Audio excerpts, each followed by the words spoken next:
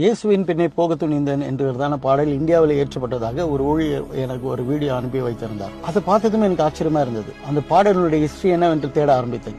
படிச்சதுமே என் கண்களில் சரியான தண்ணி. வெயில்ஸ் ரிவைவல் என்று 150 வருஷத்துக்கு முன்னாடி ஒரு இடத்துல நடக்கிறது. அந்த ரிவைவல்ல தொடப்பட்ட ஜனங்கள் அநேகர் மிஷினரிகளாக உலகம் முழுக்க வந்தாங்க. அதுல ஒரு கூட்டம் நம்முடைய இந்திய தேசம் நார்த் ஈஸ்ட் அசாமுக்கு வராங்க. அந்த இடத்துல ஹெட் ஹண்டர் என்கிறதான ஒரு ட்ரைப் அவங்களுக்கு ஆண்டவரை குறித்து சொல்ல அதுல நோக்சாங் என்பவர் ஆண்டவராகிய இயேசு கிறிஸ்துவை ஏற்றுக்கொள்கிறார். அவங்க குடும்பம் ஏற்றுக்கொள்கிறது. அந்த வில்லேஜ்ல அநேகர் ரட்சிக்கப்பட்டுறாங்க.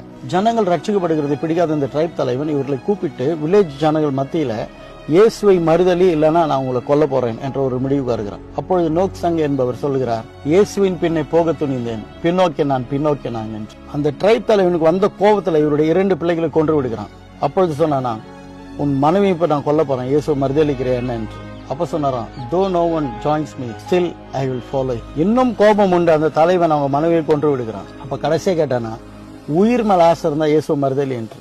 அப்பொழுது இவர் சொன்னாராம், சிலுவையின் முன்னே உலகம் என் பின்னே பின்னோக்கி நான் என்று சொல்லி முடிக்க இவரையும் கொன்று விடுகிறான். குடும்பமே இயேசுக்காக மறிக்கிறாங்க.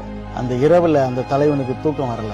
என்ன உயிருக்கு பயப்படாம 2000 வருஷத்துக்கு முன்னாடி செத்து போன அந்த இயேசுக்காக ஏன் இவங்க இவ்வளவு பக்தி வைராக்கமா இருக்காங்க நீ யோசிக்க, பரிசுத்தாவினால தொடப்பட்டு அவன் இயேசுவை ஏற்றுக்கொண்டான். அந்த வில்லேஜ் முழுக்க இயேசுவை ஏற்றுக்கொண்டதான்.